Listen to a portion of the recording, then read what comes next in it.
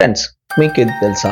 మనం మహాశివుడికి ఏ పువ్వులతోని పూజ చేయకూడదో ఇప్పుడు చెప్తా. ఇప్పుడు నేను చెప్పబోయే ఈ 2 పువ్వులు కనుక మీరు శివారాధనలో వాడితే మీ పూజ మొత్తం వేస్ట్ అయిపోతుంది. ఇది మన శివ పురాణంలో కూడా రాసి ఉంది. అవేంటో ఇప్పుడు చెప్తా. ఫస్ట్ది మొగలి పువ్వు. దీని వెనుక పెద్ద శాపమే ఉంది. పూర్వం బ్రహ్మదేవుడు శివుని ఆది అంతం కనుక్కున్నానని అబద్ధం చెప్పాడు. అందులో సాక్ష్యంగా ఈ మొగలి పువ్వు సాక్ష్యం చెప్పింది. అది అబద్ధమని ఆ మహాశివునికి తెలుసు. ఆ కోపంతోనే మహాశివుడు నువ్వు ఏ పూజకు పనికిరావని అన్నాడు. రెండవది సంపద. దీని కథ చాలా మందికి తెలియదు. ఇది కూడా ఒక దుర్మార్గుడైన బ్రాహ్మణుడికి సహాయం చేసింది, శివద్రోహానికి పాల్పడింది. అందుకే నారద మహర్షి దీనికి శాపం ఇచ్చారు. మనం ఈ రెండిట్లో అర్థం చేసుకోవాల్సిన లాజిక్ ఏంటంటే, ఆ మహాదేవుడు ఆలాహలాన్ని కూడా స్వీకరిస్తాడు, కానీ అసత్యాన్ని అస్సలు స్వీకరించడు.